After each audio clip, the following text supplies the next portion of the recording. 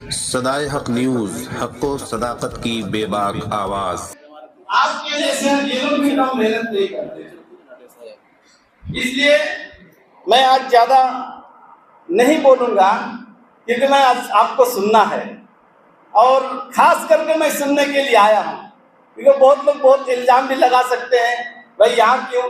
یہ بھی بتا دوں کہ یہ ادارہ جب سے اسٹارٹ کیے ہیں، شروع کیے ہیں، الحمدللہ مہینہ میں میرے خیال سے 10 دن میں آتا ہوں، مہینہ میں 10 دن آتا ہوں، اور آتا اس لیے ہوں کہ ادارے تو بہت ہیں، ادارے تو بہت کھول لیے ہیں لوگ، لیکن ڈھنگ سے چلا نہیں رہے ہیں۔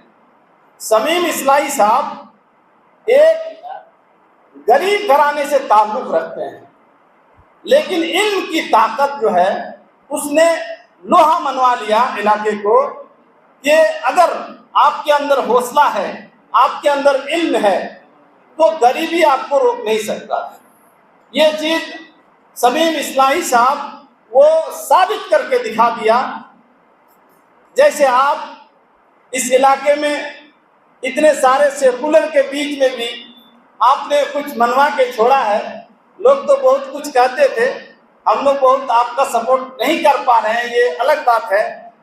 الحمدللہ آپ کے قدم پر یہ زین العابدین صاحب جو اپنے ایریا میں ایک اچھا سا ادارہ چلا رہے ہیں، اور سمیم اصلاحی صاحب بہت اچھے ڈھنگ سے اس ادارے کو چلا رہے ہیں۔ میں سمجھتا ہوں آپ کی گائیڈ، آپ اگر گائیڈ کریں، آپ کی اگر ادھر توجہ ہو، تو میرے خیال سے جو چل رہا ہے اس سے بھی اچھا چلے گا۔ میں زیادہ نہیں بول کے میں سارے استادوں کا شکریہ ادا کرتا ہوں کہ آپ نے اتنے اچھے ڈھنگ سے بچوں کو تعلیم دیا ہے اور تعلیم دے رہے ہیں۔ یہ آپ کا بہت بہت شکریہ، اس علاقے کو سدھار رہے ہیں۔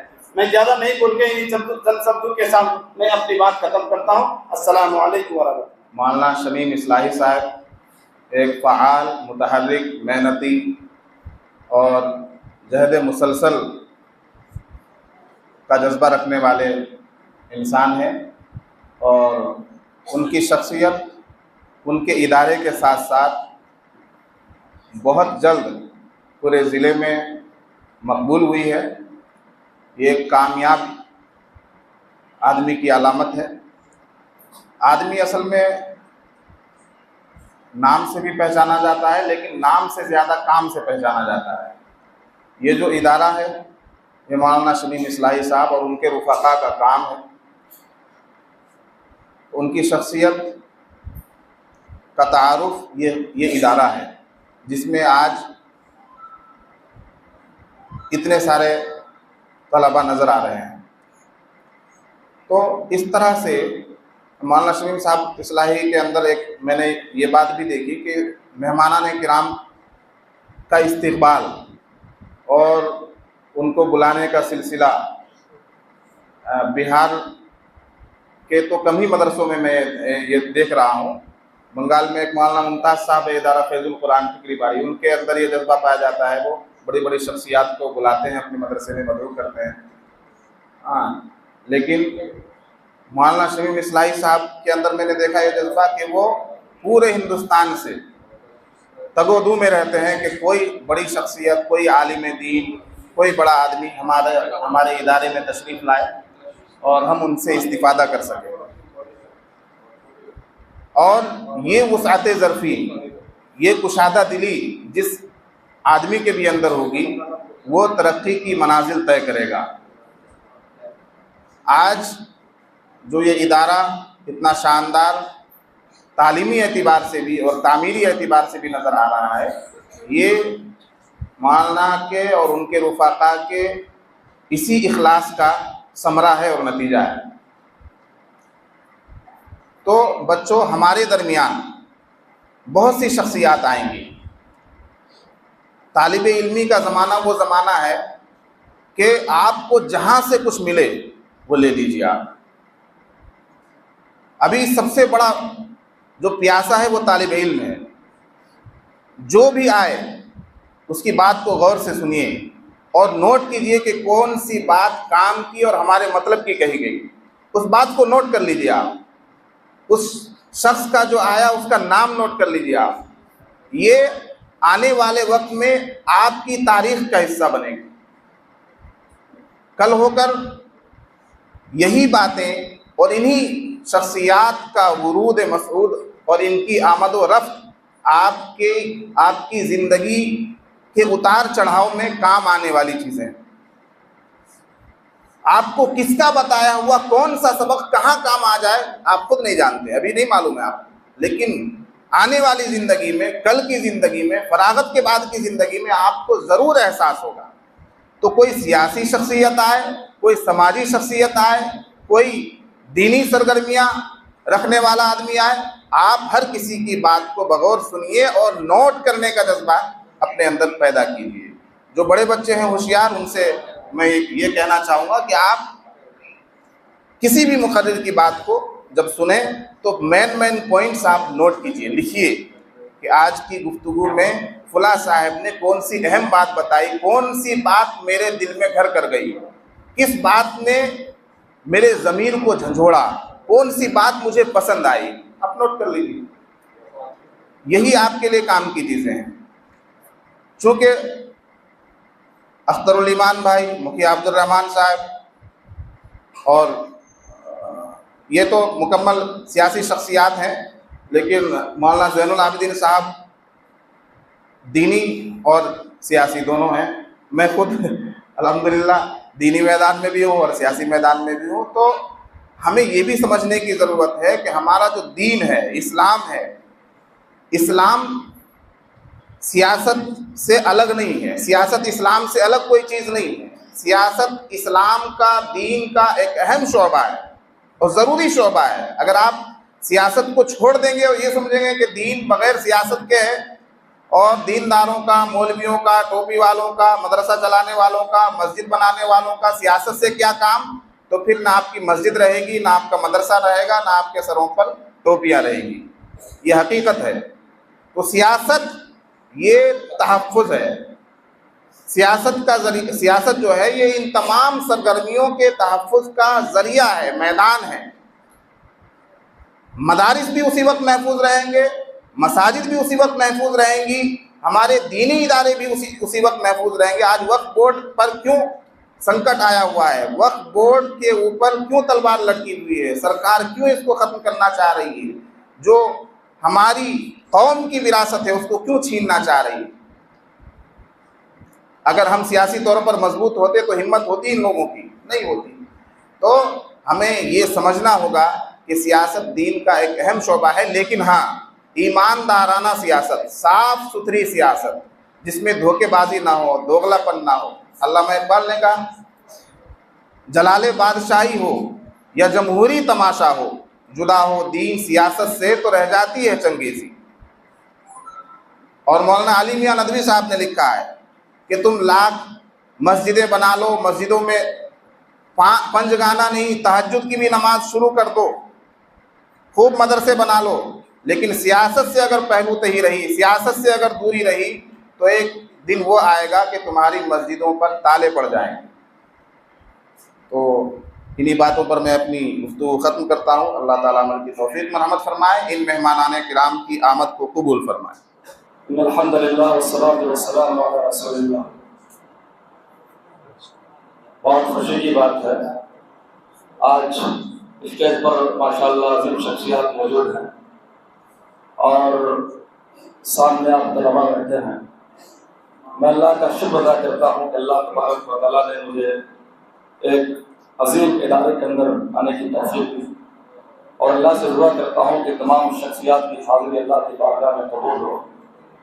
میں صرف آپ اللہ سے درخواست کروں گا اور ایک سوال پوچھوں گا کہ آپ حضرات یہاں کیا کرنے کے لیے آئے ہیں؟ علم حاصل کرنے کے لیے.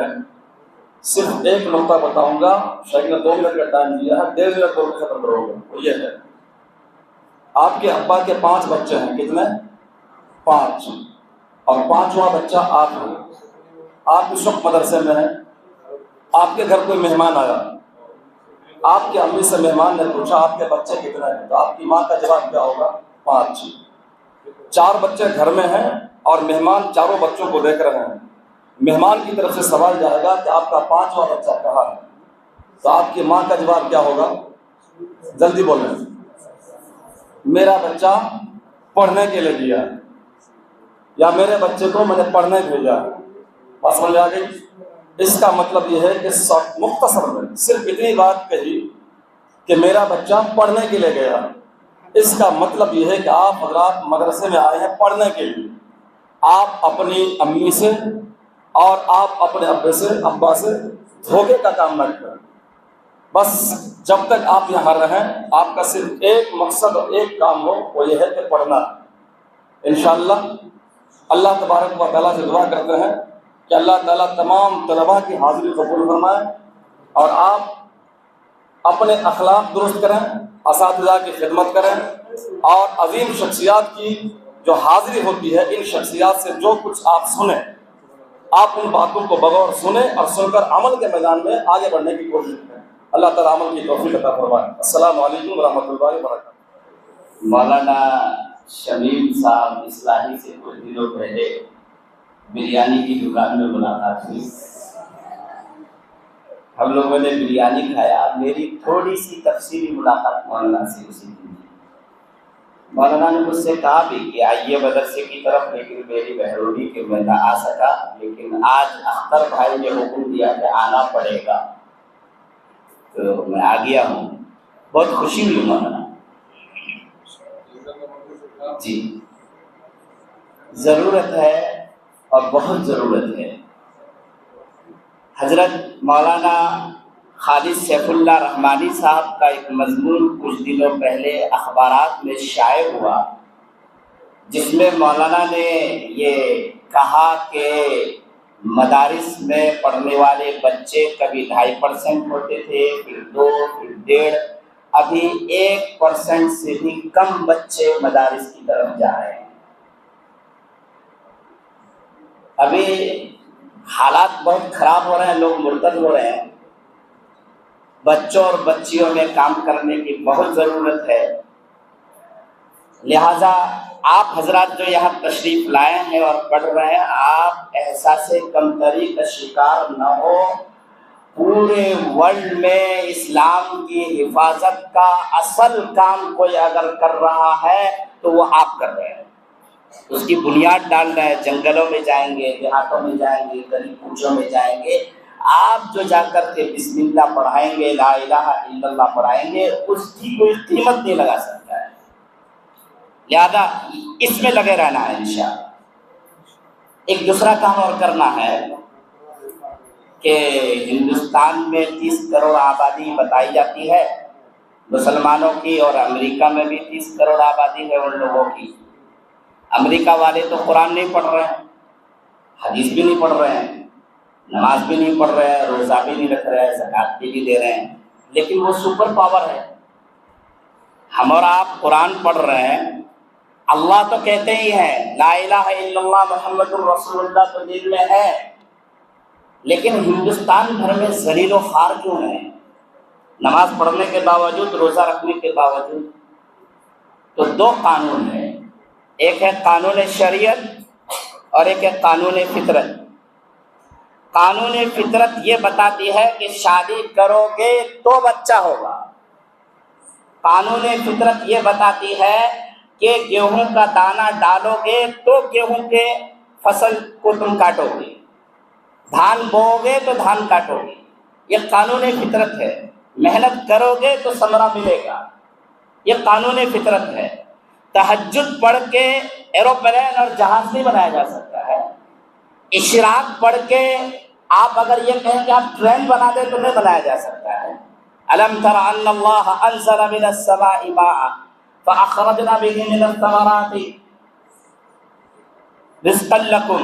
اور اخیر میں جا کر کے اس آیت کے کہ انما یخشى اللہ من عباده العلماء، اس میں وہ جو بتایا گیا ہے وہ پوری تعلیم بتائی گئی. لہذا ہم کو یہ بھی پڑھنا ہے اور ہم کو وہ بھی پڑھنا ہے، اور ہم کو ان حقائق کو حاصل کرنا ہے جن حقائق کے ذریعے واقعی عزت مل سکتی ہے. اب ان حقائق کو حاصل کرنے کے لیے محترم اور پیارے بچوں، ہم لوگوں کو حالات کے حساب سے